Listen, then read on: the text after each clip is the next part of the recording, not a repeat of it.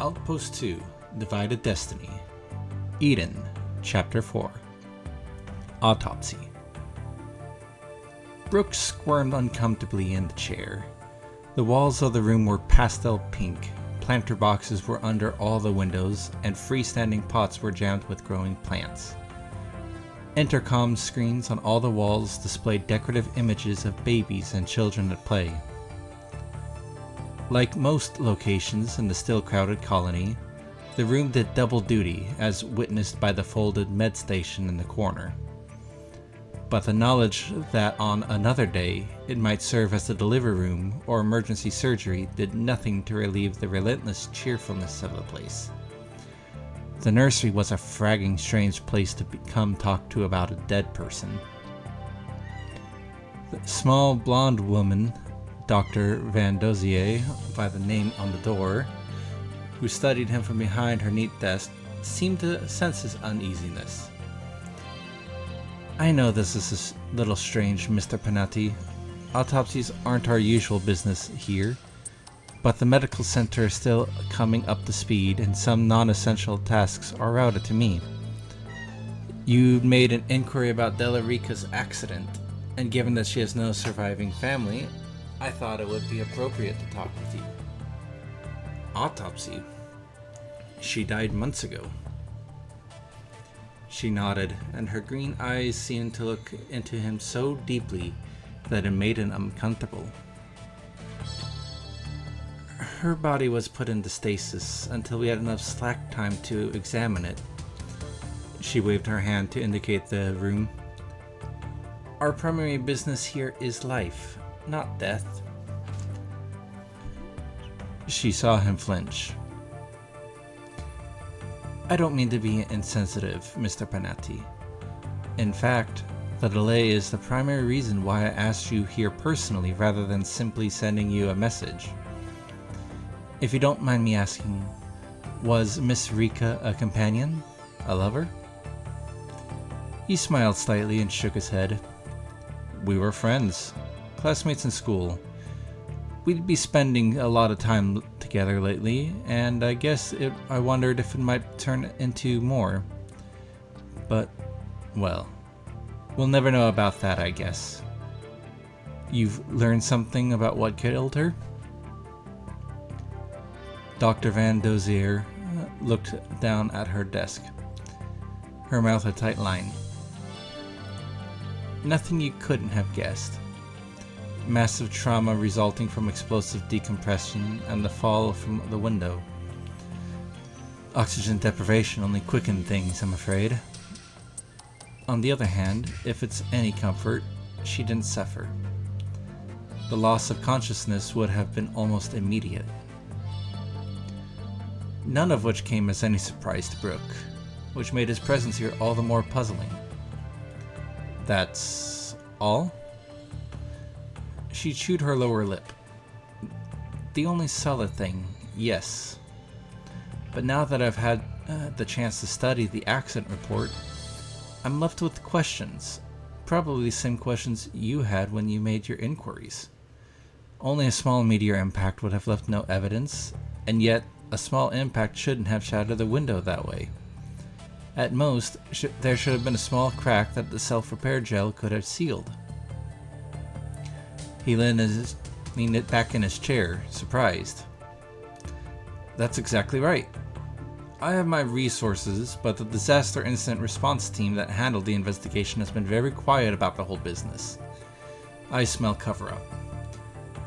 Which I'm not a party to, I assure you. We coordinate with the Dirt Agency, and I have a number of contacts there. It's just possible I can find out more for you, if you want." "Want? I'd be very grateful. Please." She set out a little sigh and broke eye contact again. "Which brings me to another matter. Rumor has it that you're a man who trades in favors." His delight went out like a match in a vacuum. "You mean you want to exchange a favor for information on my friend's death?" She held up a hand to calm him. No. I'll find out what I can in any case, but there is a small bureaucratic matter that you might be able to influence. And if you could, well, I would be in your debt. Brooke untensed. He realized that he didn't want to be angry at this woman. I can try. What do you need? The colony human gene banks have been located in the command center since the colony relocated. Traditionally, these have been kept in the nursery, and I assumed they'd be moved here as soon as we were fully operational. Somehow, though, the transfer seems to be hung up by red tape. Rebuilding the colony's population is important work, and right now, I, or one of my staff, has to go to the CC every time we need a new genotype. It's a huge bother, and a waste of our time, and as you can see, to how backed up we are. Brooke thought about it. His remaining contacts in the CC were limited, but Della had friends there, and he knew they'd want to aid the investigation if possible. I think I can do something about that. He stood up and held out his hand to her. She took it, her fingers soft and surprisingly strong. Her smile was back. We should meet again to compare notes. But if there really is something suspicious going on, perhaps we shouldn't meet here. She seemed to consider the idea for a moment. I just got assigned my new quarters, and the woman I share with works evening shifts. Perhaps we could have dinner there. He sighed. 3 times already he'd used his own room assignments as trading fodder, and he was still sleeping in a corridor. That would be great, Dr. Van Dozier. Please, call me Echo. If I can call you Brooke. She watched his face for a reaction, as though she'd been expecting one. It's a funny name, but I like it. He wasn't sure if she was talking about his name or hers. I'll message you when I have something to share. He smiled back at her as he headed out the door. You do that. He had arranged to meet Axon at a tunnel junction near the south edge of the colony. Most of the buildings were still being completed, and thus traffic was light this late in the day. He found Axon, waiting, impatiently, as usual, even though he was only a few minutes late.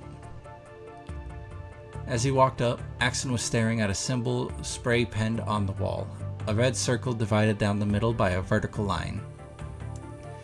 Axon looked over his shoulder and glared at Brooke. Where have you been? Like it was any of his business.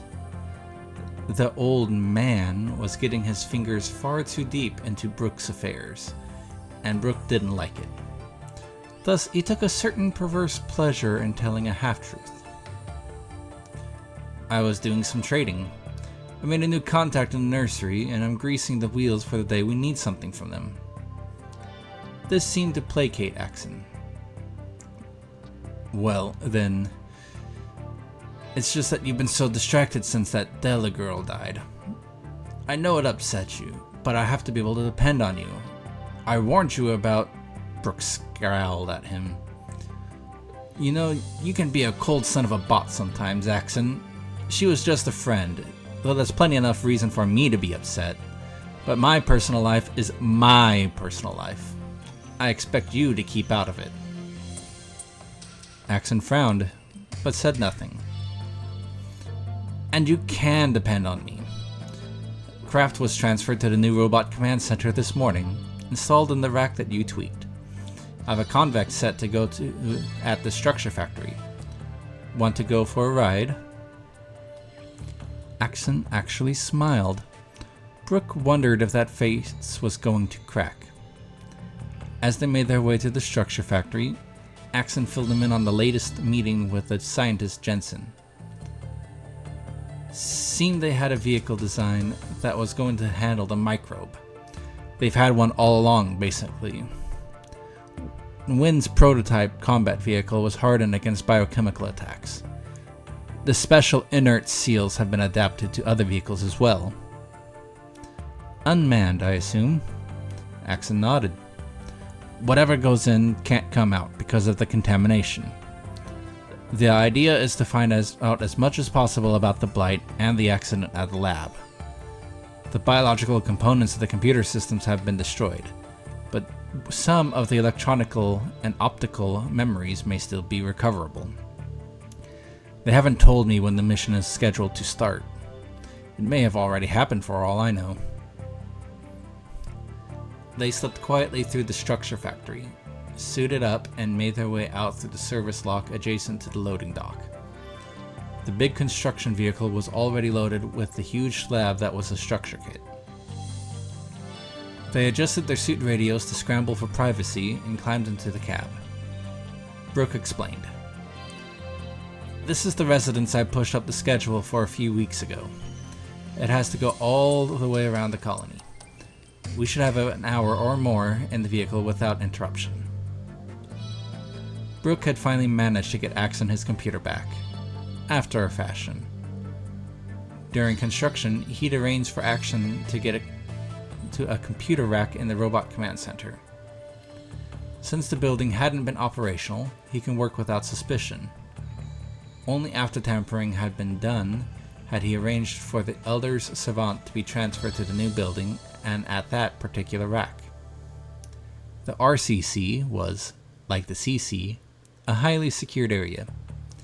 Axon wouldn't be able to get back in without close supervision, but they'd open a secure line that was unlikely to be detected. Axon had piggybacked a channel on the guidance signal being routed from the RCC to the vehicles, and he could tap it through any vehicle's computer, and Brooke certainly had access to vehicles. Axon was tinkering with his radio again. That symbol on the tunnel wall. Have you seen it before? No. Should I? I've seen 3 of them in the last week. The maintenance crews clean them up as fast as they appear. But now that I know what to look for, I've seen signs of dozens more that have been painted over. Kids? Possibly. Most likely. But I'd just as soon as know what it means. It looks a bit like the Plymouth Seal, or perhaps it represents a divided world, or a world reunited. Brooke thought about his visit to the nursery earlier. Or a dividing egg. It could be kids, or a political faction, or Plymouth sympathizers, or a band of rogue artists brightening up the colony. I couldn't care less. Axon finished his tinkering. I've routed the channel through another scramble to my suit radio. Brooke grimaced. Again, you don't trust me. I'll tell you what you need to know. Then he touched a suit control pad and the radio went silent. Brooke could see his lips moving as Axon talked with the computer, but could hear nothing. Brooke leaned back in his seat, put his feet up, and crossed his arms over his chest, and sulked. He watched a panorama of the colony skyline as it rolled past the windows. 10 minutes later, Axon turned his suit radio back to their common channel. Brooke studied the Elder's face. His features looked drawn and tense. Well? It is essential that we get craft tied back into the satellite uplink. Drop everything else and get on it. Why? I'll tell you when you need to know, Axon snapped. Just give me the fragging link. He seemed to think about it for a while. I wouldn't make any long-term plans for this place if I were you. I wouldn't make any long-term plans at all.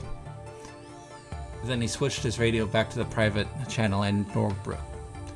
Brooke stared at him silently. What in blazes did he mean by that? She'd insisted that they eat before she told him what she found. At first, he'd resented the delay. But as he sampled the chow mein she'd prepared, probably the second or third home-cooked meal he's had in his life, and they shared the beer he'd brought, things seemed less urgent. He generally enjoyed Echo's company, though he felt a little guilty as though he were somehow taking advantage of Della's death. Also, in the back of his mind was always Axon's voice warning him of the perils of relationships. Brooke wasn't sure if he wanted to embrace that advice or defy it. Though as the evening went on, he was leaning towards the latter. She told him about her childhood at an isolated research station away from the main Eden colony, which is why he hadn't known her, even though they were the same age. She told him how she'd rarely had any playmates and how, when she learned what her name meant, she'd made up a pretend playmate, an identical twin. "What did you call her?" She giggled. "Echo, of course." "Of course." She explained how this led to her interest in genetics and reproductive medicine. "I was a lonely kid. I have a thing about making sure there are no more lonely kids out there. Speaking of which, I have a lead on getting the gene bank transferred to the nursery. I've talked to friends with the council influence. Seems some of the council thinks it's safer in the CC. The paranoia level is getting pretty extreme around here, but they're in the minority and don't want to make a public stink. I wouldn't be surprised to see the paperwork go through in the next week." She smiled warmly. "Thanks, Brooke. That's great news. Keep me informed of the details, okay?" The smile faded, and she licked her lips nervously. "I have some news for you too, Brooke, and I've been putting it off. I just wanted to get a chance for you to get comfortable with me first, to develop some trust. This is the kind of news that, coming from a perfect stranger, you probably would be reluctant to believe." Brooke put down his beer and leaned closer. "Okay." "I talked to my contacts in the dirt. Sure enough, there is a cover-up. They aren't protecting anyone. Quite the contrary, they're trying to avoid a panic. They found evidence of tampering on the window. Those things are a sandwich. 2 panes of armor glass with a layer of sealant gel in the middle. Somebody tampered with the gel, and it could have been done in any number of ways, from inside or outside the window. Suffice it to say that somehow they injected a chemical that over time converted the gel into a highly unstable, if not very powerful, explosive. A sharp tap is all it took to set it off, and it blew the window to shreds, sucking out whoever was standing in front of it. Any kind of projectile weapon would have produced a sufficient impact. Even a slingshot, maybe just a well-thrown rock." Brooke blinked. "You're saying she was murdered?" "I think someone waited outside until they saw her through the window, then set off the explosion." "Why would anyone do that to Della?" She averted her eyes. "You knew her better than I. Since we lack a formal police force, the Dirt is handling the investigation. They're blowing it. They're investigating her friends and coworkers, though they're not being very thorough about it. For instance, near as I can find out, they've completely missed you. We have only gotten back together in a few weeks before she... Wait a minute. Are you suggesting that I killed her?" Echo laughed. "No, of course not. But it means that they've missed a number of connections to her that wouldn't be otherwise apparent." She paused again, searching for words.